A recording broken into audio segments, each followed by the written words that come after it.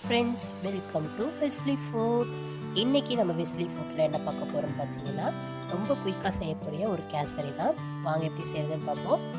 இதுக்கு ஒரு பேன் எடுத்துக்கோங்க. பேன் வந்து நல்லா ஹீட் ஆனதுக்கப்புறம் 2 டேபிள் ஸ்பூன் அளவு நெய் ஊற்றிக்கலாம். நெய் வந்து நல்லா உருகி வந்ததுக்கப்புறம் இதில் வந்து நம்ம கொஞ்சமாக வந்து முந்திரி பருப்பு வந்து ஆட் பண்ண போகிறோம். முந்திரி பருப்பு ஆட் பண்ணி நல்லா வந்து கோல்டு கலரில் வரும்போது இந்த கோல்டு கலர் வர மாதிரி வறுத்து எடுத்துக்கலாம். நல்ல கோல்டன் கலர்ல இந்த முந்திரி பருப்பு வந்து வரணும். அப்படி வந்ததுக்கப்புறம் நம்ம வந்து கொஞ்சமாக வந்து உலர் திராட்சை வந்து சேர்த்துக்கலாம். இதுலேயே வந்து இந்த திராட்சை வந்து நல்லா உப்பி நமக்கு வந்து பலூன் மாதிரி வரும். அந்த ஸ்டேஜில் வந்து நம்ம இன்னொரு பாத்திரத்தில் நம்ம இதை வந்து ஒரு பிளேட்டில் வந்து ட்ரான்ஸ்ஃபர் பண்ணிக்கலாம்.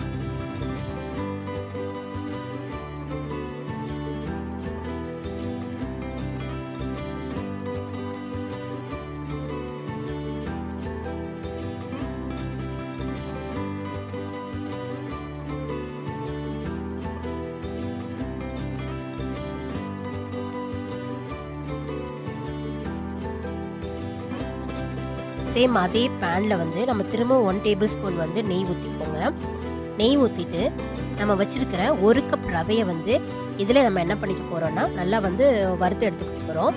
நீங்கள் வந்து நெய்லே வறுக்கும்போது அதோட டேஸ்ட் வந்து ரொம்ப ரிச்சாக இருக்கும்.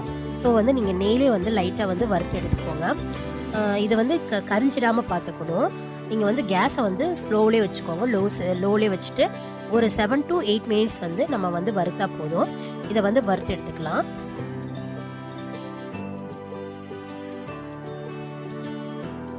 நல்லா கோல்டன் கலர் வந்தோடனே நம்ம இன்னொரு பிளேட்டுக்கு வந்து இதை ட்ரான்ஸ்ஃபர் பண்ணிக்கலாம். அதுக்கப்புறம் நான் 1 கப் ரவை எடுத்ததுனால 3 கப் வந்து தண்ணி எடுத்திருக்கேன். இதுதான் அளவு. நீங்கள் வந்து 2.5 கப்பு கூட தண்ணி எடுத்துக்கலாம். அதுக்கப்புறம் இந்த தண்ணி வந்து நல்லா பாயில் பண்ணி நல்லா கொதிச்சதுக்கப்புறம் நம்ம வச்சுருக்கிற 1 கப் வறுத்து வச்ச ரவையை வந்து கொஞ்சம் கொஞ்சமாக ஆட் பண்ணி மிக்ஸ் பண்ணிக்கோங்க. நீங்கள் வந்து கட்டி விடாமல் நம்ம வந்து மிக்ஸ் பண்ணிக்கணும். இல்லாட்டி வந்து அங்கங்கே பிடிச்சிக்கும், அடி பிடிச்சிக்கும். நீங்கள் வந்து சிம்லே வச்சுட்டு இது எல்லாம் செய்யுங்க. நல்லா வந்து மிக்ஸ் பண்ணி விட்டுருங்க. இதில் கொஞ்சமாக வந்து ஏலக்காய் வந்து தூவிக்கலாம். தூவிட்டு நல்லா மிக்ஸ் பண்ணி விட்டுக்கலாம். இப்போ 1 கப் வந்து ரவை எடுத்திங்கன்னா 2 கப்பு சர்க்கரை எடுத்துக்கோங்க. இல்லாட்டி நீங்கள் எப்படி ஸ்வீட் சாப்பிடுவீங்களோ அதுக்கு தகுந்த மாதிரி நீங்கள் வந்து சுகர் எடுத்துக்கலாம். நான் 2 கப் வந்து சுகர் எடுத்துக்கிட்டேன். ஃபஸ்ட்டு 1 கப் வந்து ஆட் பண்ணிக்கிட்டேன். ஆட் பண்ணி நல்லா மிக்ஸ் பண்ணி விட்டுக்கிறேன்.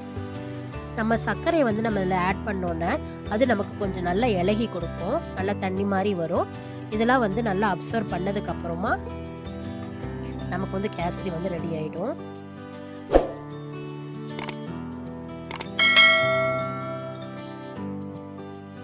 இன்னொரு கப்பையும் ஆட் பண்ணிக்கிறேன்.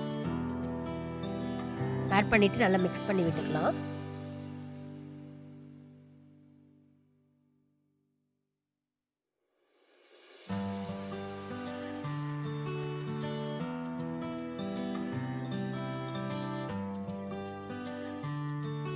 இந்த மாதிரி தான் நமக்கு நல்லா இலகி கொடுக்கும். நல்லா இந்த மாதிரி இலகி கொடுத்து இந்த தண்ணியெல்லாம் நல்லா வற்றணும். இப்போது இந்த மாதிரி ஸ்டேஜில் வந்து நம்ம வந்து ஃபுட் கலர் வந்து ஆட் பண்ணிக்கலாம். உங்களுக்கு தேவைன்னா நீங்கள் ஆட் பண்ணிக்கோங்க. இது ஆப்ஷனல் தான். கொஞ்சமாக அந்த பவுடரில் வந்து தண்ணி ஊற்றி நல்ல லிக்யூட் பதத்தில் வந்து ஆட் பண்ணிக்கலாம். ஆட் பண்ணிவிட்டு நல்லா மிக்ஸ் பண்ணி விடுங்க. நல்லா மிக்ஸ் பண்ணி விடுங்க. எல்லா இடத்துலையும் இந்த கலர் வந்து படுற மாதிரி.